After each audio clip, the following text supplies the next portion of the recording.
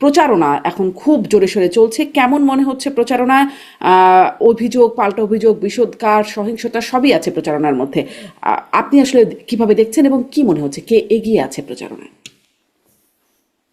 একটা ছায়া যুদ্ধ মতন চলছে, কেউ কারোর নাম বলছে না, দলের নামও বলছে না, কিন্তু বোঝাই যাচ্ছে হুম। যে এক পক্ষ আরেক পক্ষকে একদম নির্দিষ্ট করে মানে বক্তব্য রাখছে। পার্থক্যটা হলো এই যে, ধরেন এই মুহূর্তে যদি আহ আগের হাসিনার দল থাকতো আর এখনকার খালেদার দল থাকতো, তাহলে আমরা নামগুলি শুনতে পারতাম। হুম। শেখ হাসিনা মুখ দিয়ে অসংখ্যবার শুনতাম, অপর পক্ষে তারাও ত্যক্ত বিরক্ত হয়ে ওই বিএনপির নাম বলতো। এখন একটু পার্থক্য হলো এই যে, কিছুটা আহ একটু চক্ষু লজ্জা বলবো, নাকি কালচারাল একটা মানে মানে উন্নতি ঘটলো, যে অন্তত নামটা বলা হচ্ছে না, দলের নামটা বলা হচ্ছে না, কিন্তু পরিষ্কার। কিন্তু নিচের যারা ছানাপোনা তারা কিন্তু আবার ঠিকই বলছে। যেমন সাদিক কায়েম বললেন যে শেখ হাসিনাকে লাথি মেরে যেভাবে ভারতে মানে পাঠাই দিছি, তেমনি তারেক রহমানের ক্ষেত্রেও সেটি প্রয়োগ করা হবে। তার মানে তারেক রহমানকেও লাথি মেরে ভারতে পাঠাই দেওয়া হবে, এরকম একটা বক্তব্য করলেন। তো কিন্তু জামাতের আমির তো বলছেন না। যেমন দেখেন, আজকে তারেক রহমান এই মুহূর্তে 1 ঘন্টা আগে যে নিউজটা হয়েছে প্রথম আলোতে, তারেক রহমানের বক্তব্য হলো এই: যারা বিভ্রান্ত করার চেষ্টা করবে তাদের গুপ্ত বলবেন। হুম। একেবারে গুপ্ত কথাটা এত বেশি, আগে স্বাধীনতা বিরোধী বলা হতো, এখন ওখান থেকে আর একটা যুক্ত হলো গুপ্ত। এখন তাদেরকে দুর্নীতিবাজ, চাঁদাবাজ বলছে। তারাও বলছে যদি চাঁদাবাজ হয়ে থাকে তাহলে জামাতের 2 জন মন্ত্রী ক্যাবিনেটে ছিল কেন? তারা বলতেছে অন্তত 3টা মন্ত্রণালয়তে কোনো দুর্নীতি হয়নি। এরকম মানে সব বিচ্ছিন্ন কথাবার্তা, এগুলির আসলে আহ কোনো অর্থ বহন করে না। যেমন ধরেন, বিএনপির সবচেয়ে বড় সমালোচনা কি? আপনি এতদিন তাহলে তাদেরকে আন্দোলনের সঙ্গী করলেন, জোট সঙ্গী করলেন, সরকার সঙ্গী করলেন, এখন স্বাধীনতা মুক্তিযুদ্ধ বিরোধী বলছেন কেন? এটা যেমন প্রশ্ন। আবার জামাতেরও প্রশ্ন যে আপনারা কিভাবে একসঙ্গে আন্দোলন করে মানে কোলে পিঠে, মানে বিএনপির কোলে পিঠে মানুষ হয়ে এখন আবার বিএনপির বিরোধিতা করছেন কোন মুখে? এটা তো আপনাদের মানায় না। আপনাদের কারণে তো তারা স্বাধীনতা মুক্তিযুদ্ধের এই কথাগুলো এখন যেভাবে বলছে সেভাবে বলেনি। তাহলে এক ধরনের প্রোটেকশন দিয়েছে, দুধ কলা দিয়ে। তাহলে কি সাপ পুষলো বিএনপি এতদিন? হুম। এখন ছোবল মারছে, বিষয়টা তেমন না। যেমন দেখেন, আজকে শেরপুরে 300, 400, 500 ওই যেই আসনে সবচেয়ে দুর্বল, সেই আসনে এমন একটা ঘটনা ঘটালো, সেখানে মারা গেছে জামাতের একজন নেতা, কিন্তু আহত হয়েছে, হতাহত মানে অন্য দিক দিয়ে শারীরিকভাবে জখম হয়েছে কিন্তু বিএনপির বেশি। এবং এটা ইন্টেনশনালি মানে মাইকেই বোঝা যাচ্ছিল। বারবার জামাতের নেতা কর্মীদেরকে আহ্বান করা হচ্ছিল, তারা শুনছিল না। মামলাটা করলো এখন, প্রায় 400-500 আসামি বানা দিল। তাহলে একটা উপজেলায় 400-500 আসামি হইলে তাহলে, এবং প্রধান যেই প্রার্থী বিএনপির, তিনি হচ্ছেন প্রধান আসামি, তাহলে প্রধান আসামি সহ 400-500 নাই। তার মানে কি মাঠছাড়া করে দেওয়া হলো সেই আগের সেই মামলার মতন গণহারে যে মামলা হইতো এর সময়, বিএনপির সময়, আওয়ামী লীগের সময়, এখন কিন্তু তারা করছে। তাহলে কি জামাতও কি একই পদ্ধতি নিল? মানে এরকমই হবে যে একটা হত্যা মামলা হয়েছে, 400-500 আসামি, তার মধ্যে 250 কি 300 নাম ধরে ধরে, নাম একটা উপজেলায় 250-300 যদি বিএনপির নেতা কর্মীর নাম ধরে মামলা করা হয়, আর থাকে কেউ, তারপর আবার অজ্ঞাত আছে, জি। মানে একটা আপনি বলছেন মোস্তাফিজ আগের মতো মানে এটা বন্ধ হলো কোথায়? এখন তো আর শুরু হলো না। মানে 5ই আগস্টের পর থেকে তো ওই অজ্ঞাতনামা আসামি 200-300 হাজার খানেক আসামিও রয়ে গেছে আর আমি কি। ওই পর্বটাও বাদ দিলাম, ওই হ্যাঁ, পর্বটাও হ্যাঁ। বাদ দিলাম। কিন্তু এখনকার এই ভোটের সময় আর 2 সপ্তাহ নাই ভোট, আপনি এই যে আসামিটা করলেন, তাহলে এখন পুলিশের দায়িত্বটা কি? আইন অনুযায়ী তাদেরকে গ্রেপ্তার করা, ওই 400-500 প্রধান আসামি সহ। তাহলে ওই অঞ্চলে কি তাহলে ভোট হবে না, নাকি বিনা ভোটে জামাতের প্রার্থী যিনি আছেন তিনি জিতে যাবেন? সেজন্য কি ঘটনা ওখানে ঘটনা হলো? তাহলে আমি এইরকম যদি পরিস্থিতি হয়, তাহলে সামগ্রিকভাবে নির্বাচনের এই মুহূর্তের মানে অবস্থাটা কি সেটাও কিন্তু মানে একদিকে তারা নাম ধরে সমালোচনা করছে না এক পক্ষ আর এক পক্ষকে, কিন্তু সবই কিন্তু বলছে। কিন্তু অন্যদিকে তৃণমূলের এই শেরপুরের এই ঘটনাটা অত্যন্ত অশনি সংকেত। এই যদি চলতে থাকে এই ধরনের মামলার প্রকৃতি, তাহলে আগামীতে বিএনপি আসুক বা জামাত আসুক, তারা কি এইভাবেই মামলার চর্চা করবে? সুনির্দিষ্ট ব্যক্তিকে চিহ্নিত না করে, ঘটনার ব্যাপারে তদন্ত না করেই বাস একতরফা একটা মামলা হয়ে গেল আর দৌড়ের উপরে থাকলো। তো এই দৌড় তো আমরা 15 বছর ধরে শুনতাম যে আওয়ামী লীগের বিরুদ্ধে যে আওয়ামী লীগ দৌড়াইতো, এখন কে কাকে দৌড়াচ্ছে, এটা হচ্ছে বড় প্রশ্ন। জি, অনেক ধন্যবাদ জনাব মোস্তফা ফিরোজ। আমি ডাক্তার আব্দুল নূর তুষার আমাদের সঙ্গে যুক্ত হয়েছেন এর মধ্যে। ডাক্তার আব্দুল নূর তুষার, আপনাকে স্বাগত জানাচ্ছি। জিজ্ঞাসা করছিলাম যে প্রচারণা আসলে প্রতিদিনেরই প্রশ্ন এটা, যে কোনো ডেভেলপমেন্ট কেমন চলছে প্রচারণা, এবং বিশেষ যে জায়গাটি নিয়ে জনাব মোস্তফা ফিরোজ বলছেন ওটাই একটু শুরু করি। যে তারেক রহমান প্রচারণায় বললেন যে জামাতের দিকে, ওই যে নাম বলছেন না কিন্তু দুই দলের দিকে নাম, মানে ইঙ্গিতটা একদম স্পষ্ট, জামাতের দিকে ইঙ্গিত করে বলছেন গুপ্ত সুপ্ত তাদেরকে, তারা এত বছর 16 বছর যারা ক্ষমতায় ছিল তাদের সাথে মিলেমিশে রাজনীতি করেছেন। জামাতের আমির আবার প্রতিক্রিয়ায় বলছেন নিজেই গুপ্ত হয়েছিলেন বছরের পর বছর, অতএব এসব গুপ্ত সুপ্ত বলে লাভ নাই। আসলে এই লাভ নাই জায়গাটা থেকে আমি একটু জানতে চাই, লাভ হচ্ছে এইরকম পাল্টাপাল্টি বলে? কারণ যেটাই পাল্টা বলছেন, অপর দিকের অভিযোগে দেখা যাচ্ছে যে সেখানে তাদেরও কিছু যোগসূত্র ছিল, ওই স্বাধীনতা বিরোধী বলা বা দুর্নীতির কথা বলা পাল্টা থেকে, মানে সবাই একই জায়গায় দায়ী হয়ে যায়। তাহলে এই পাল্টাপাল্টি অভিযোগগুলো থেকে খুব লাভ হচ্ছে ডাক্তার তুষার? না, ভোটের সময় মানুষ আসলে কি করে প্রশংসা করবে, বলবে যে আমার আমি জানি প্রতিপক্ষ না, খুব মানে ভালো। এটা করে লাভ হচ্ছে, এটা আমার প্রশ্ন। এটা করলে নিশ্চয়ই লাভ হয়। বাংলাদেশের মানুষ যেরকম মানুষ নিশ্চয়ই এগুলো শুনতে চায়। আর রাজনীতিতে ওনারা আমাদের চেয়ে ভালো বুঝেন, ফলে নিশ্চয়ই এগুলো বলে তারা অতীতে রাজনীতি করেছেন, সেই রাজনীতিতে নিশ্চয়ই তাদের লাভ হয়েছিল। আর সমালোচনা তো কিছু থাকবে, সমালোচনা না করলে পরে তারা যে ভালো এটা প্রমাণ করবেন কিভাবে? ফলে আমার কাছে মনে হয় না যে আহ এই ধরনের সমালোচনা আমাদের মাইন্ড করার কিছু আছে। বরং আমার কাছে মনে হয় যে এটা স্বাভাবিক, এই ধরনের সমালোচনা হওয়ার কথা ছিল, হচ্ছে। আর দেখতে হবে যে সমালোচনা কারটা বেশি সত্য, কারটা কম সত্য, এই জিনিসটা ভোটারদেরকে দেখতে হবে। ভোটারদেরকে বিবেচনায় নিতে হবে যে কে গুপ্ত ছিল আর কে সুপ্ত ছিল। যারা নিজেরাই বের হয়ে বলেছে যে আমরা গুপ্ত ছিলাম, আমরা লুকিয়েছিলাম আওয়ামী লীগে, আমরা তখন আওয়ামী লীগের মধ্যে, ছাত্রলীগের মধ্যে নেচে নেচে গান করেছি নৌকা নৌকা বলে, তো তারা তো নিজেরাই স্বীকার করেছে। অতএব তাদেরকে গুপ্ত বলা মানে কোনো গালি দেওয়া না, তারা আসলেই গুপ্ত ছিল, গুপ্ত রাজনীতি করেছে। এবং এই গুপ্ত রাজনীতি করার জন্য তারা আশ্রয় নিয়েছিল অত্যাচারীর পেটে, যেখানে তারা আবৃত্তি করার সময় বলে বিদ্রোহীর অনুক্লান্ত আমি সেই দিন হব শান্ত, যাব অত্যাচারীর খড়গ কৃপান ভীম রণভূমে রণিবে না। আমরা তো দেখলাম বিদ্রোহীর অনুক্লান্ত আমি থাকবো হইয়া জ্যান্ত, আমি লুকাইব তাহার জঠরে, বাহির হইয়া হইব আমি কঠোরে।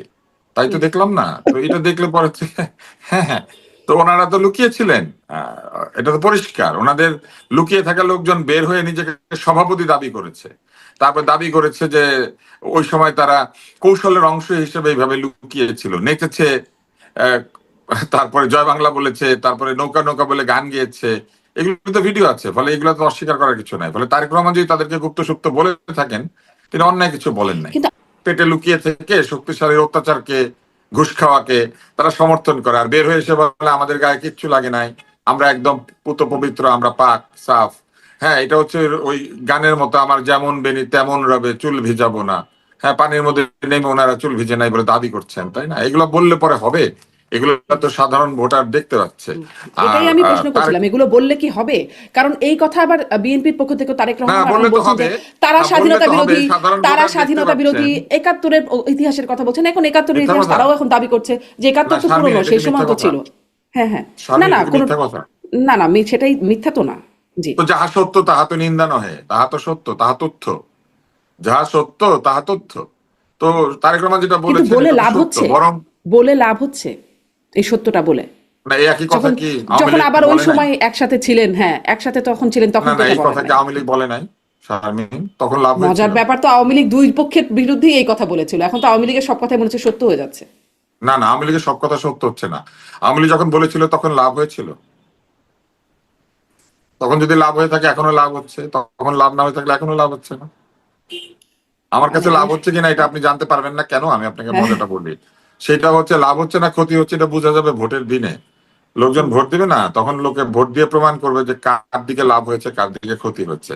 তবে কথা কোনো মিথ্যা না, কথা সত্য যে তারা ৭১-এ কি করেছিলেন এটাও ইতিহাসে লেখা আছে। সেই ইতিহাস তো আমরা লিখি নাই, সেই ইতিহাস পৃথিবী দেখেছে। আর এই ২৪-এ কি হয়েছে সেটাও ইতিহাসে লেখা হবে, সেটাও পৃথিবী দেখেছে, সব ভিডিও আছে, বরং ৭১-এর এত ভিডিও নাই। আর হচ্ছে আওয়ামী লীগ যদি বলে তারা কিছু করে নাই, তারাও কি করেছে ওইটাও ভিডিও আছে, জামাত কি করেছে সেটারও ভিডিও আছে, বিএনপি কি করেছে সেটারও ভিডিও আছে। এখন তো দুনিয়াটা ভিডিও, ফলে এখন আর কিছু অস্বীকার করার উপায় নাই। তবে ৭১ নিয়ে কিছু কিছু কথা যেমন বলেছেন একজন, আমি বলতে শুনেছি জামাতের সভাপতিকে, যে এক বুক চিতিয়ে যুদ্ধ করেছেন। বুক চিতিয়ে কবে যুদ্ধ করেছেন এটা তো জানতে হবে, কোন সেক্টরে, তাই না, কার আন্ডারে, সেক্টর কমান্ডার কে ছিল, বুক চিতিয়ে উনি যুদ্ধ করেছেন সেরকম নাকি উনি বলেছেন, আমি দেখলাম আর কি। তো এখন কেউ যদি এরকম বলে, জনগণ নিশ্চয়ই জানে কোনটা সত্য কোনটা মিথ্যা, তারা বিচার করবে। তবে সমালোচনা করা হচ্ছে, এটা একটা স্বাভাবিক প্রক্রিয়া। ইলেকশনের সময় সবাই এটা করে। যখন বিএনপির সঙ্গে ২ জন মন্ত্রী ছিলেন তখনও তারা এই ৭১ সালে কি করেছিলেন সেটা ছিল, কিন্তু তখন আবার বিএনপি তাদেরকে মন্ত্রী দিয়েছে। তো ব্যাপারটা এইরকমই যে ইলেকশনের সময় আসন হয়ে যায় সবচেয়ে গুরুত্বপূর্ণ। এনসিপি বলেছিল জামাত কি করেছে এবং যাদের বিরুদ্ধে এত বড় অভিযোগ আছে তাদের সঙ্গে তারা ঐক্য করতে পারে না, কিন্তু আমরা দেখলাম যে সেটাও তারা আসনের হিসাব মিলে নাই বলে তারা গিয়ে জামাতের সঙ্গে যোগ দিয়েছেন। ফলে ন্যায় নীতি আদর্শ বলতে আসলে এই নির্বাচনে কিচ্ছু নাই। এই নির্বাচনে যা আছে সেটা হচ্ছে আসন গুণে কে ক্ষমতায় যেতে পারবে, ১৫১ সিটের হিসাব, ১৫১ সিটের হিসাব। এই নির্বাচনে ন্যায় নীতি আদর্শ খুঁজলে হবে না। একদম স্পষ্ট, অনেক ধন্যবাদ। মানে ওটা বলছিলাম যে আওয়ামী লীগ যা বলছে মানে হচ্ছে আওয়ামী লীগ এই দলগুলো সম্পর্কে যা বলছিল এখন নিজেরা নিজেদের সম্পর্কে তা বলছে, সেজন্য আওয়ামী লীগ সম্পর্কে এই দলগুলো যা বলে সেটাও সত্য। হ্যাঁ হ্যাঁ হ্যাঁ, একদম, মানে প্রত্যেকের বিরুদ্ধে সেটাই সবাই, তাহলে অপরের বিরুদ্ধে যা বলে সত্য আর কি, নিজের বিরুদ্ধে নিজের সম্পর্কে যা বলে সেটা সত্যতা যাচাই করা দরকার। এক্স্যাক্টলি। অনেক ধন্যবাদ। আমি মুস্তাফিরোজ আপনার কাছে প্রচারণায় আর একটা বিষয়ে ডক্টর শফিকুর রহমান জামাতের আমির তিনি বললেন যে এখন চাপে পড়ে হ্যাঁ এর পক্ষে বলেছেন তারেক রহমান। এটা কি আপনাদের দুজনের কাছে এটা এই বিষয়টা একটু জানতে চাইবো যে এতদিন আসলেই আমরা শীর্ষ পর্যায়ে একদম তারেক রহমানের কাছ থেকে গণভোট প্রসঙ্গে অন্তত কিছু শুনি নাই, এই এখন এসে বললেন হ্যাঁ এর পক্ষে। এর আগে আমরা বিএনপির পক্ষ থেকে একদম শুরুর দিকে একরকম নেগেটিভ ক্যাম্পেইনে ছিল যে গণভোটে না, যারা নেতারা তারাও অনেকে বলেছেন যে প্রচারণায় বলেছেন না এর পক্ষে, কিন্তু শেষ পর্যন্ত মির্জা ফখরুল ইসলাম আলমগীর বলেছেন না এর পক্ষে যাবার কোনো কারণ নাই, কিন্তু হ্যাঁ এর পক্ষেও তিনি বলেন নাই। যদিও তারই পুরনো বক্তব্য যদি শুনি নভেম্বরে, তিনি বলছেন এসব গণভোট জুলাই সনদ যেগুলো মানুষ বোঝে না, বিদেশ থেকে আমেরিকা থেকে এসে শিক্ষিত লোকেরা এসে চাপিয়ে দিয়েছে বিষয়টা, এটা ছিল তারই বক্তব্য। এখন এসে আসলে তারেক রহমান বলছেন হ্যাঁ এর পক্ষে, গণভোটে হ্যাঁ পক্ষে। আসলে কেন এতদিন পরে এসে হ্যাঁ এর পক্ষে বলছেন? এই হ্যাঁ এর পক্ষে বলাটাকে আপনি কিভাবে দেখছেন? এটা কিছুটা মানে জি মুস্তাফিজুর কাছে শুনি, আপনার কাছেও আসবো ডাক্তার তুষার জি। এটা একটা জনতুষ্টি পাওয়ার একটা চেষ্টা বা ভারসাম্য রক্ষা করার চেষ্টা। বিএনপি তো বেসিক্যালি এই ঐক্যমত্য কমিশনের যে সংস্কার, সেই সংস্কারের তাদের একটা ক্ষোভটা কি যে আমরা নিজেরাই তো ৩১ দফা মানে সংস্কার কর্মসূচি দিয়ে মানে ২.৫-৩ বছর আগে আমরা জাতির উদ্দেশ্যে পেশ করছি, আমরা ক্ষমতা যে ওই সংস্কারগুলো বাস্তবায়ন করব। তার মধ্যে অনেকগুলো সংস্কার প্রস্তাব ঐক্যমত্য কমিশনের সাথে মিলে দেয়। তো এখন এই সংস্কারের কথা বলে লম্বা সময় নির্বাচন ঝুলে রাখা, এটাও বিএনপি পছন্দ করেনি। আবার সংস্কারের এইরকম জটিল বিষয়গুলো নিয়ে সংসদকে বাদ দিয়ে এক ধরনের চেষ্টা, মানে তার পক্ষে ম্যান্ডেট নেওয়া, মনে হচ্ছে যেন এই সরকার নির্বাচন কন্ডাক্ট করে না, তার নিজের ক্ষমতার জন্য মনে হচ্ছে যেন গণভোট আর রাজনৈতিক দলগুলোর জন্য সংসদ নির্বাচন, এরকম একটা বিভাজন। এই জায়গাটা বিএনপি পছন্দ করছে না ঠিক, আবার অপছন্দটাও মানে বলে একটা মানে নির্বাচনের যেই পরিবেশটা বা নির্বাচনটা ক্ষেত্রে এমন ছিল যে তারা আন্দোলনও করে নাই, বলছিল যে ডিসেম্বরের মধ্যে যদি সংসদ নির্বাচন দেয়া না হয় তাহলে তারা রাস্তায় নামবে। সেটাও তারা করেনি, যে যাতে অন্য কেউ সুযোগ না পায়, এই সুযোগে যাতে নির্বাচনটা প্রলম্বিত না হয়। তো সেই কারণে এটা দেখে তো আরেকটা বিশাল একটা আমি আসলে এইরকম একটা হবে গণভোট করা যাচ্ছে, গণভোটে কি হবে মানে সেটা নিয়ে আরো অনেকগুলো প্রশ্নই আছে, আসবো। কিন্তু এই প্রশ্নটি আমি আপনার কাছে ডক্টর আব্দুল তুষার বলছিলেন যে বিএনপি চেয়ারপারসন এখন এসে হ্যাঁ পক্ষে বলছেন, আপনি এটাকে ভাবে মূল্যায়ন করছেন, এবং জামাতের আমির যেটি বলছেন যে চাপে পড়েই তিনি আসলে এটা করছেন, আপনি কিভাবে? না, চাপ কে দিয়েছে? যদি কেউ চাপ দিয়ে থাকে তাহলে তো হ্যাঁ ভোট ক্ষতিগ্রস্ত হলো। চাপ দেওয়া মানেই হচ্ছে নির্বাচনে প্রভাব বিস্তার করা, নির্বাচনে প্রভাব বিস্তার করা মানেই হচ্ছে নির্বাচনের আচরণ বিধি লঙ্ঘন করা। বলে জামাতের আমিরকে বলতে হবে তারেক রহমানকে কে চাপ দিয়েছে, কার চাপে উনি তা বললেন, এবং যদি কেউ চাপ দিয়ে থাকে তাহলে সে অবশ্যই নির্বাচন অশুভ প্রভাব বিস্তার করেছে গণভোটে, এবং সেটা বিধিমালার লঙ্ঘন। এবং বিধিমালা লঙ্ঘন হলে গণভোট বিতর্কিত হবে। গণভোটের যে আহ নিরপেক্ষ থাকার কথা চরিত্র, সেটা বিতর্কিত হবে, কারণ চাপ দিয়ে তো কাউকে হ্যাঁ বলানোর কথা না, হ্যাঁ তো স্বতঃস্ফূর্ত ভাবে বলার কথা স্বেচ্ছায়। ফলে জামাতের আমির কিন্তু বলে ফেললেন যে কে বা কারা চাপ দিচ্ছে, কারা চাপ দিচ্ছে নিশ্চয়ই উনি জানেন, ওনার সামনে চাপ দিয়েছে নিশ্চয়ই, তাই না? এখন এটা তো ওনাকে বলতে হবে। জি, চাপ দিলে বা সেটি একটা অপরাধ যেটি বলছেন আপনি, সেখানে তো একটা দ্বৈত চাপ অবস্থান দিলে আমরা অপরাধ দেখতে না, পাচ্ছি। চাপ দিলে বিধিমালা লঙ্ঘন। চাপ বিধিমালা দিলে লঙ্ঘন, বিধিমালা লঙ্ঘন, আচ্ছা, মানে অপরাধ না। আরেকটা বিধিমালা লঙ্ঘনের জায়গায় চাপ ঠিক বলবো না, কিন্তু আরেকটা বিধিমালা লঙ্ঘনের জায়গায় যেটি দেখলাম, নির্বাচন কমিশন বলল সরকারের কেউ প্রচারণা চালাতে পারবে না, প্রজাতন্ত্রের কর্মে নিয়োজিত বা সরকারি কর্মকর্তা কর্মচারীরা তারা করতে পারবেন না, কিন্তু তারা এত করে আসলেন এবং একদম খোদ ডক্টর ইউনূস মাননীয় প্রধান উপদেষ্টা থেকে শুরু করে উপদেষ্টারা উঠান বৈঠক নানান রকম প্রচারণা চালালেন। প্রফেসর আলী রিয়াজ তিনি ব্যাখ্যাও করলেন যে হ্যাঁ এর পক্ষে যদি গণভোটে সরকার থাকে তাতে আইনগত কোনো বাধা নাই, তাতে নৈতিকও কোনো বাধা নেই। তারা আইনজীবীদের সাথে বিচারপতিদের সাথে নাকি কথাও বলেছেন এই বিষয়ে এবং তারা নিশ্চিত হয়ে বলছেন বাধা নেই, কিন্তু নির্বাচন কমিশন জানিয়ে দিল যে এটি বিধিমালার লঙ্ঘন, নির্বাচন দণ্ডনীয়। কমিশন কিছু জানে নাই। চিঠি দিয়ে নির্বাচন বলল না কমিশন যে কিছু শাস্তিযোগ্য জানায় নাই। অপরাধ।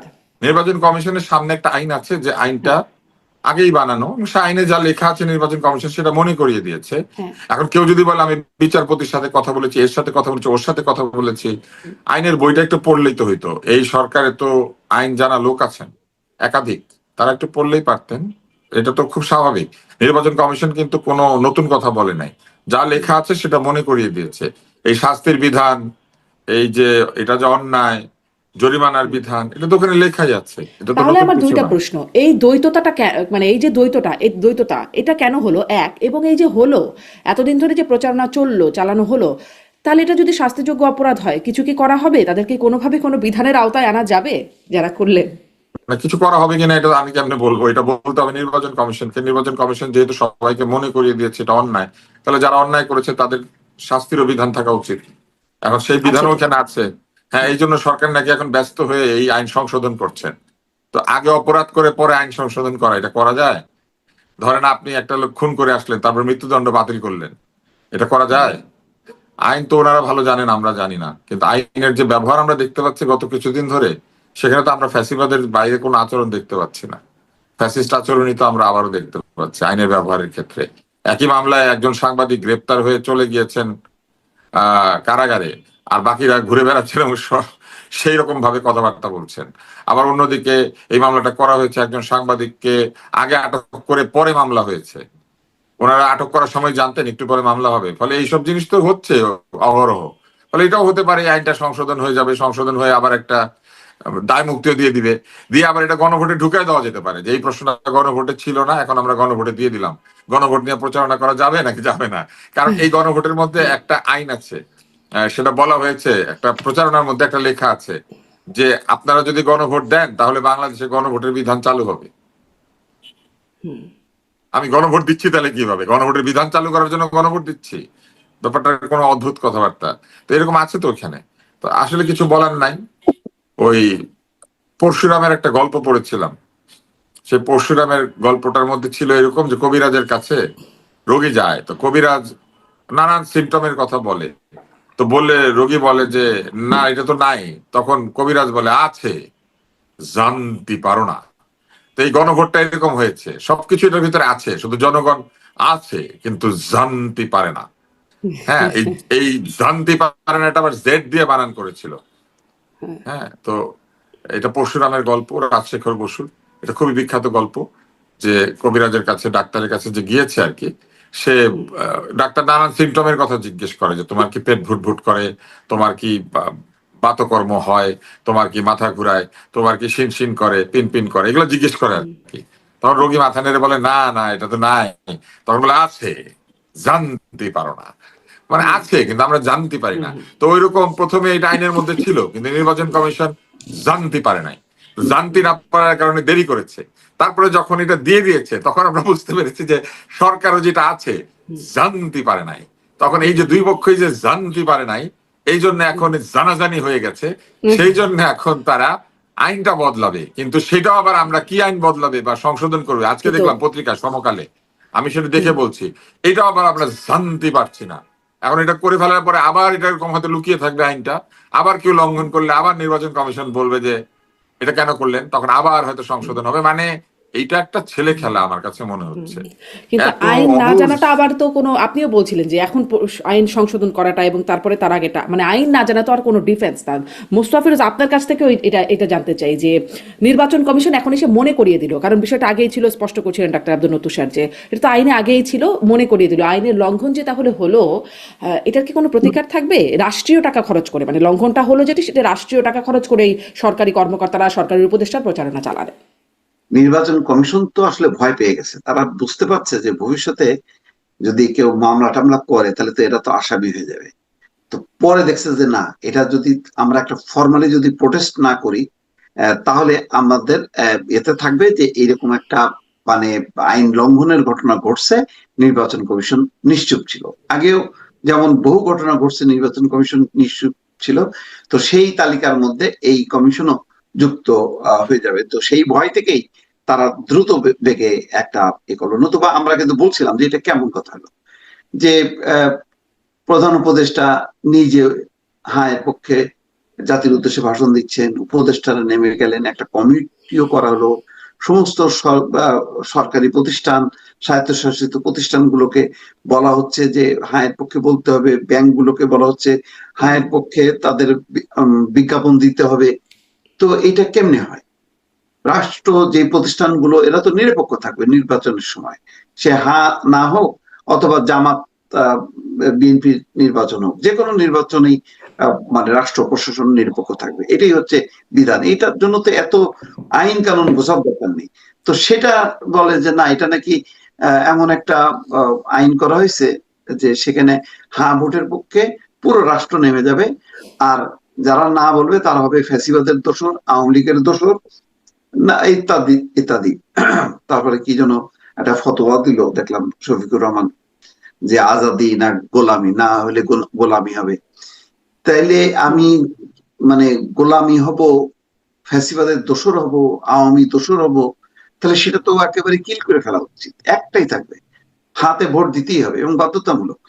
আপনি দেখবেন যে উত্তর কোরিয়ায় নাগরিকদেরকে একজনই প্রার্থী থাকে, কিন্তু তারপরে ভোট দিতে হয়। এবং শুধু ভোট দিলে হবে না, ভোট দেওয়ার পরে বাইরে এসে, কেন্দ্র থেকে বাইরে এসে হাত তুলে তাদেরকে আবার স্লোগান দিতে হবে, মানে উল্লাস প্রকাশ করতে হবে। সেই উল্লাসের মধ্যে যদি কারোর বডি ল্যাঙ্গুয়েজে বা মুখভঙ্গিতে প্রকাশ হয় যে সে জোরপূর্বক এটা হাসতেছে বা আনন্দ প্রকাশ করতেছে, তাহলে আবার সাথে সাথে তার আবার দণ্ড হবে। তো এইরকম একটা কঠিন অবস্থা, এই গণভোটটা অনেকটা উত্তর কোরিয়ার মডেলের নির্বাচনের দিকে নিয়ে যাওয়া হয়েছে, যে এই গণভোটে দিতেই হবে, এবং এই পক্ষে কে কত বেশি সোচ্চার হবে। এই যে বিএনপি আস্তে আস্তে বললো না, কেন এতদিন পরে বললো কেন, আর বললো কম বললো কেন, আচ্ছা পরশুদিন বললো, তরশুদিন বলেনি কেন, শনিবার বলছে বৃহস্পতিবার বলেনি কেন? তার মানে ওই যে উত্তর কোরিয়ার দিকে নিয়ে যাইতে, মানে আপনাকে বলতেই হবে, আপনাকে পক্ষে থাকতেই হবে, এইরকম একটা মানে চিন্তাধারা। এটা তো এক ধরনের ফ্যাসিবাদ। তা আপনি একদিকে মানে গণতন্ত্র প্রতিষ্ঠার জন্য সংসদের নির্বাচনটা করতেছেন, আর গণভোটটাকে আপনি একেবারে ফ্যাসিবাদের চূড়ান্ত পর্যায়ে নিয়ে যাচ্ছেন কেন? এইটা আমার ধারণা যে মানে নির্বাচন কমিশন তো ধরেন আমার মতন তার নির্বুদ্ধ টাইপের লোকজন নাই, অনেক মেধাবী লোকজন সেখানে, তো তাদের টনক নড়ে গেছে যে হাই হাই আমরা তো ফেসে যাব।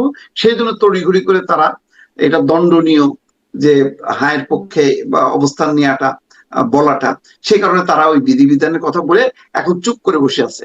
এখন কে এই আইনটা লঙ্ঘন করলো, কে দণ্ড করলো, দণ্ড তো হয়ে গেছে অলরেডি, দণ্ড দিয়ে কয়েকটা অ্যাকশন দেখলে না বুঝতাম, কিন্তু এখন সেই অ্যাকশনটা করবে না।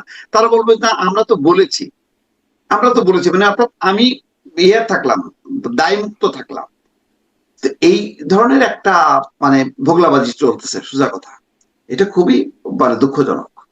জি, আমি মানে পাল্টাপাল্টি নাম উল্লেখ না করে বিএনপি জামাতের বিরুদ্ধে বা জামাত বিএনপির বিরুদ্ধে বলছে, এটাও একটু জানতে চাই যে ইসলামী আন্দোলন যারা আসলে এতদিন জামাতের সাথে জোট হয়েই গিয়েছিল, কারণ সেখান থেকে বেরিয়ে আসলো। সেই ইসলামী আন্দোলনের আমির সৈয়দ রেজাউল করিম তিনি বলছেন, ডক্টর আব্দুল নতুন শাহ আপনার কাছ থেকে একটু শুনি এটা, যে তিনি যেটি বলছেন যে জামাত মুখে একটা কাজে আর একটা, আমাদের সামনে বলে একটা আর গোপনে গিয়ে বৈঠক করে আমেরিকা ভারতের সঙ্গে। বৈঠক হতেই পারে, কিন্তু গোপনে কেন? সেই গোপনের মধ্যে ডাল মে কুছ কালা হ্যায়, আসলে কি কালা কিছু হ্যাঁ ডাল মে? আমরা মার্কিন মানে দূতাবাসের মধ্যেও অনানুষ্ঠানিক বা অফ দ্য রেকর্ড কথোপকথনের কিছু অংশ শুনেছি, লিক হয়েছে, ওয়াশিংটন পোস্টে পড়েছি। আসলে কি ডাল মে কুছ কালা হ্যায়? না, সেটা তো যেটা শুনেছেন সেটা তো জামাতের সাথে বৈঠক না, যেটা শুনেছেন কিন্তু সেটা জামাতকে নিয়ে বৈঠক, জামাত প্রসঙ্গে কথা বলবেন। জামাতকে নিয়ে। এখন আপনি ধরেন আপনি একজন নারী সাংবাদিক, ওখানে কয়েকজন নারী সাংবাদিক ছিল, সেরকম আপনিও যদি দাওয়াত পেতেন, আপনার সামনে বাকি নারী সাংবাদিক এবং কয়েকজন নাকি পুরুষও ছিলেন এখানে শুনেছি, সাংবাদিকদের সাথে আড্ডার ছলে আলাপ হয়েছে, কেউ একজন সেটা রেকর্ড করেছেন। তো এইটা তো গোপন আলাপনা, গোপন মিটিংও না, একটা আলোচনার মধ্যে আড্ডা হচ্ছে, আড্ডার মধ্যে একজন তার মতামত দিচ্ছেন। এটা কি এমবাসির অফিসিয়াল মতামত নাকি এটা তার ব্যক্তিগত কথাবার্তা, এটা তো কোথাও বলা নাই, তাই না? ওখানে একটা আড্ডা হচ্ছিল যতদিন আমি বুঝেছি, এবং সেখানে এরকম কি আর আড্ডা হয়? বন্ধুদের আড্ডার মতো আড্ডা তো না, এটা তো পারপাসফুল আড্ডা যদি হয়ে থাকে, না, তাই নাকি? আড্ডা অনেক পারপাস থাকতে পারে। কেন? কেউ দাওয়াত দিয়েছে, ওখানে আড্ডা হচ্ছে, কথাবার্তা হচ্ছে, সেই কথাবার্তার মধ্যে একজন কিছু কথা বলছে, আরেকজন রেকর্ড করছে। আমার তো শোনার ইচ্ছা ছিল যে এই সাংবাদিকরা ওইখানে কি কথা বলেছেন, নিজেদের রেকর্ডটা ছাড়েন নাই কেন? ওনারা এর উত্তরে কি বলেছেন? ওনাদের কথাবার্তা ছিল না ওইখানে? আড্ডা কি অতটুকু হয়েছে? সাংবাদিকরা দাওয়াত পেলে এমবাসিতে ছ্যাঁচে ফ্যা ফ্যা করে চলে যান, যাওয়ার পরে তারপর রেকর্ড করেন, তারপর আবার নিজেদেরটা ছাড়েন না। সব সাংবাদিকরা তো দাওয়াত দেয় না, ওনাদেরকে দিচ্ছে কেন? নিশ্চয় ওনাদের সাথেও খায় খাতির ভালো, ওনাদেরকে এরকম বিশ্বাস করে, যেমন জামাত ইসলাম নিয়ে ওনারা ভালো কথা শুনেছে, রেকর্ড করেছে, ওনাদেরকে দাওয়াত দিয়েছে, বিশ্বাস ছাড়া দাওয়াত দিয়েছে, আপনাকে দিয়েছে, আমাকে দিয়েছে, মোস্তফা ফিরোজকে দিয়েছে, দেয় নাই তো। বেছে বেছে দাওয়াত দেয়, বেছে বেছে এখানে গিয়েছে। ফলে এই পুরো জিনিসটা নিয়ে আমার একটা নেতিবাচক বিষয় রয়েছে। আর আপনাকে দাওয়াত দেওয়ার পর আপনি যদি এখান থেকে রেকর্ড করে এনে কোথাও ছড়িয়ে দেন, সেটা আসলে একদমই ঠিক না। আপনি যদি রেকর্ডই করবেন তাহলে গোয়েন্দা বৃত্তি করেন, ভালো, সেটা ভালো, কিন্তু রেকর্ড করে এনে আপনি পাঠিয়ে দিয়েছেন কোথাও, ফলে আমি পুরো প্রসেসটার সঙ্গে আমি একমত না। কিন্তু যেটা ঘটনা সেটা হলো আপনি যেটা জিজ্ঞেস করেছেন, জামাত গোপনে বৈঠক করে, কিন্তু সেই গোপন বৈঠকের কথা উনি জানে, তাহলে এটা গোপন থাকলো কিভাবে? এই আকন সাহেব বলেছেন না এটা? আকন সাহেবের কথা বললেন না আপনি? না, আমি বললাম রেজাউল করিম সাহেবের কথা, এই ইসলামী আন্দোলন। আচ্ছা, রেজাউল করিম সাহেব। তো রেজাউল করিম জানে কেমনে গোপনে হয়েছে? তার মানে নিশ্চয়ই গোপন বৈঠক উনি দাওয়াত পেয়েছেন, অথবা ওনার লোক গোপন কথা গিয়েছে। তো সব গোপন থাকে না, অনেক কিছুই জানাজানি হয়ে যায়, হ্যাঁ, ফাঁস হয়ে তাহলে যায় উনি পরবর্তীতে, জানে তাই না? আর কি, উনি জানে তো, যেটা জানে সেটা তার গোপন না। এক, তাহলে গোপনে কি মিটিং হয়েছে সেই বিষয়বস্তু তো ওনার জানার কথা। শুধু জেনেছে খালি গোপনে বৈঠক হয়েছে, তাহলে বিষয়বস্তু জানার কথা না। যে তাকে গোপন বৈঠকের খবর দিয়েছে সে তাকে বলতে পারে না এখানে কি আলাপ হয়েছে, এরকম একটা ফোন নিয়ে রেকর্ড করতে পারে নাই? করলেই হতো। এক। দুই হচ্ছে, উনি বলেছেন ডাল মে কুচ কালা হ্যায়, এখানে ডাল কে আর কালা কে? মানে দাওয়াত দিয়েছে ধরেন বিদেশি দূতাবাস, আর ওনারা গিয়েছেন, ডাল কোনটা কালা কোনটা এটা তো বুঝতে হবে। ওনাকে দাওয়াত দিলে উনি যেতেন? রাজনীতিবিদদের কিছু কিছু বিষয় জানেন, সাধারণ মানুষ অত্যন্ত ক্ষুব্ধ। তার মধ্যে একটা হচ্ছে ওনাদের যে বিদেশ প্রীতি, ওনাদের যে বিদেশি দূতাবাস প্রীতি, ওনাদের যে বিদেশি দূতাবাসের এই রাষ্ট্রদূত প্রীতি, এবং ওইখান থেকে যেসব সারমন, যেসব কথাবার্তা হয়, এগুলা নিয়ে রাজনীতি করা, এগুলা খুব হাস্যকর, এগুলা খুবই সার্বভৌমত্ব বিরোধী জিনিস। এবং এইগুলা নিয়ে যে আমরা আলাপ আলোচনা করি, আপনার মনে আছে ওবায়দুল কাদের বলেছিল বাইডেনের সাথে সেলফি উঠে গেছে, তলে তলে ঠিক হয়ে গেছে। এটা কি ছিল? এই একই জিনিস ছিল। আমাদের সমস্ত দলগুলি এই বিদেশিদের সাথে গোপনে গোপনে কিংবা আপনে আপনে অথবা ওপেনে ওপেনে বৈঠক করাকে খুবই ভালোবাসে, এবং তারা বলে আমি করেছি ওপেনে, তুমি করেছো গোপনে। আরে ভাই, ওপেনে করলে আর গোপনে করলে কিছুই আসে যায় না। আপনি বাংলাদেশের স্বার্থ নিয়ে নির্বাচন নিয়ে ওখানে যাবেন কেন? ট্রাম্প আর বাইডেন কি আমাদের সঙ্গে আলাপ করতে এসেছিলেন, আমাদের রাষ্ট্রদূতের সাথে? কিংবা রিপাবলিকান পার্টি আর কি বলে ডেমোক্রেটিক পার্টি এসেছিল? আসে নাই তো। তাহলে আপনারা যান কি করতে? এটা অদ্ভুত ব্যাপার না? এটা হচ্ছে দ্বিতীয় কথা। তৃতীয় কথা হচ্ছে, উনি বলেছেন জামাত গোপনে বৈঠক করে। 2 দিন আগে উনি জামাতের সাথে ছিলেন। গোপন বৈঠকগুলি কবে হয়েছে? ওনারা যখন ছিল তখন, না ওনারা যখন ছেড়ে দিয়েছে তখন? তাই না? ওনারা থাকা অবস্থায় গোপন বৈঠক হয়ে থাকলে ওনারা তখন বলেন নাই, ওনারা ছেড়ে দেওয়ার পর বলছেন, এবং এটাই সবচেয়ে ভালো এক্সপ্লানেশন। কারণ নিশ্চয়ই এই গোপন বৈঠক যখন জোটে ছিল ওনারা জানতো, এইভাবে উনি জেনে গিয়েছে যে জামাত গোপনে গোপনে বৈঠক করে। আর যখন জোট ছেড়ে দিয়েছেন তখন বের হয়ে এসে উনি বলছেন জামাত গোপনে গোপনে বৈঠক করে। থাকা অবস্থায় বলতেন, যেমন একটু আগে আমি জামাতকে বললাম আমরা যে থাকা অবস্থায় যখন মন্ত্রী ছিলেন তখন দুর্নীতির প্রতিবাদ করতেন, তাই না? একই কথা বিএনপিকেও বলা যায় যে যখন জামাত আপনাদের সাথে ছিল তখন বলতেন তারা স্বাধীনতা বিরোধী। কেউই স্বার্থের সময় তার কথাটা বলে না। বন্ধু যখন বউ লইয়া হুম। আমার বাড়ির সামনে দিয়া রঙ্গ কইরা হাইটটা যায় তখনই বুকটা ফাইটটা যায়, কিন্তু তার আগে কিন্তু বুকটা ফাটে না।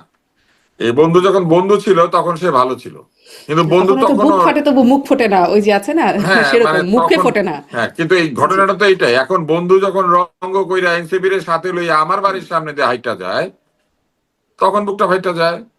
আবার আমার বন্ধু যখন আমাকে ছাইরা আমারই সমালোচনা করে তখন বুকটা ফাইটা যায়, তাই না? সবারই বুক ফাটতেছে কারণ স্বার্থহানি হয়েছে। এখানে কোনো জায়গাতেই নৈতিক কারণে এই কথাগুলি হচ্ছে না। এই একই বৈঠকে ওনারা হাজির থাকতেন খুব ভালোভাবে যদি তারা ওই জোটে থাকতেন এবং একটা শব্দ করতেন না।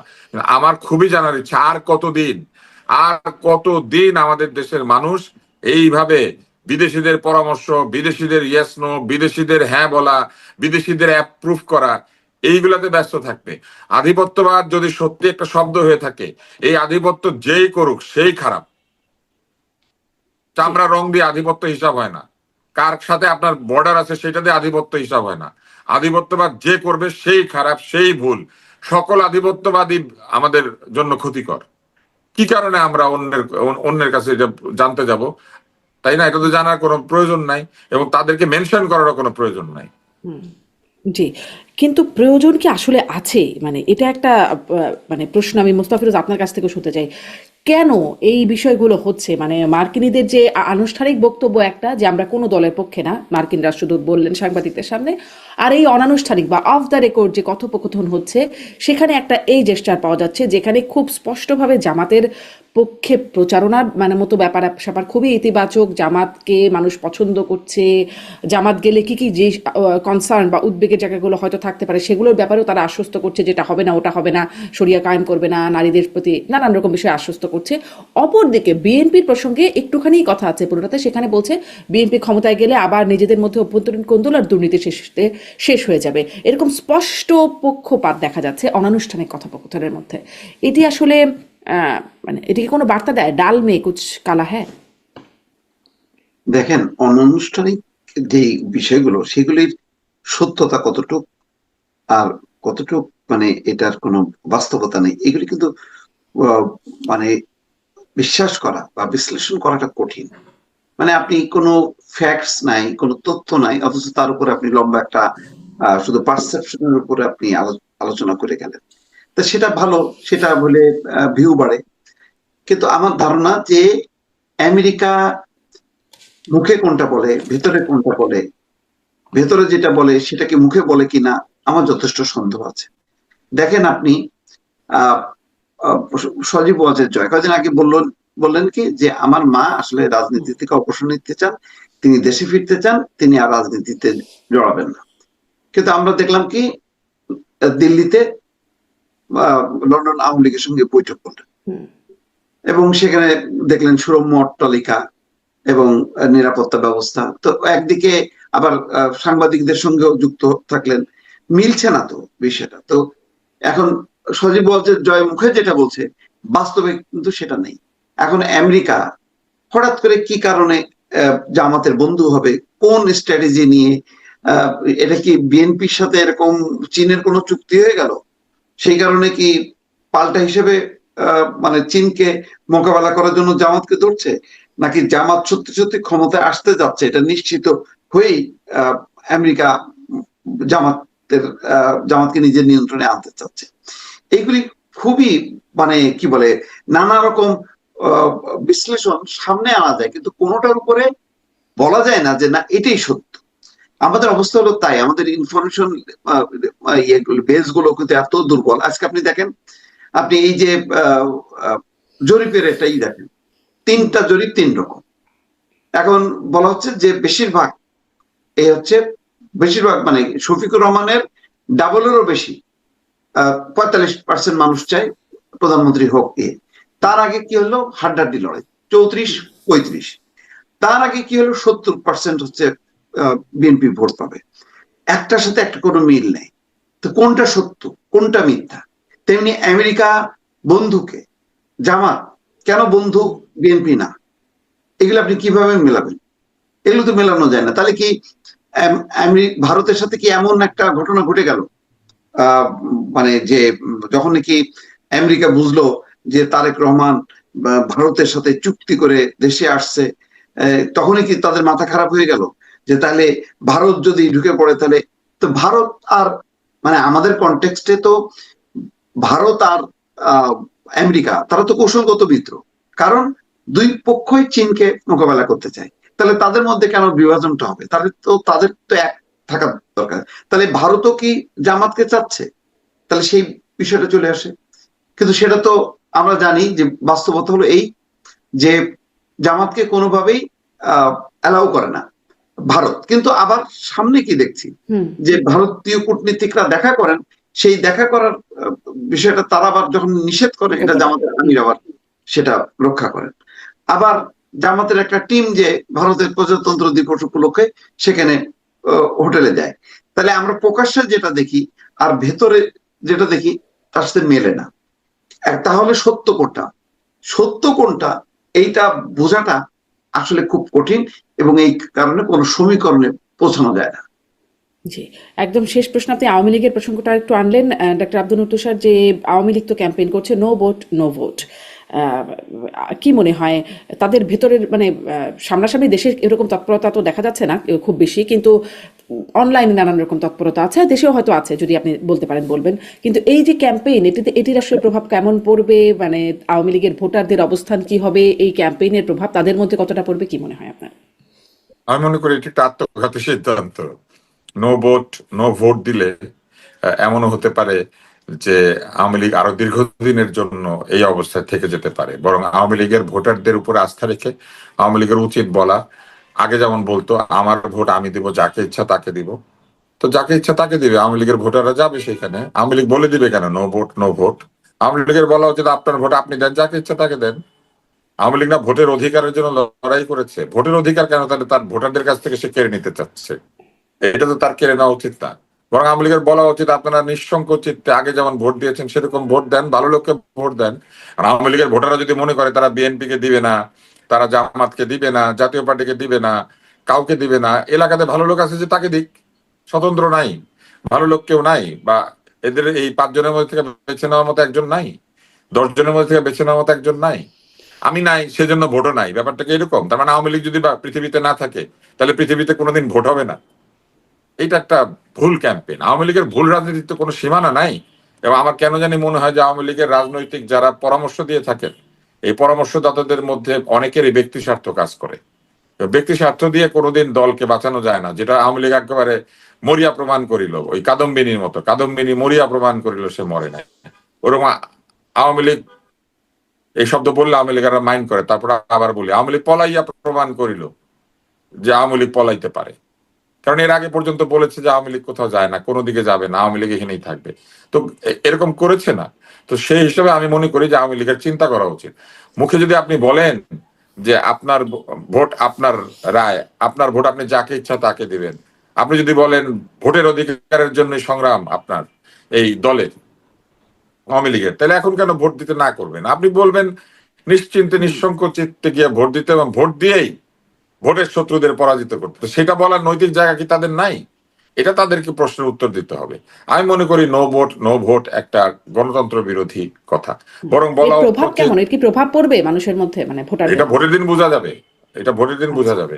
কিন্তু আমি এখনো পর্যন্ত যাদেরকে একেবারে খুব কাছে থেকে চিনি, যারা অনেকদিন যাবত আওয়ামী লীগ করেছেন, এমন অনেক ভোটারদেরকে আমি চিনি।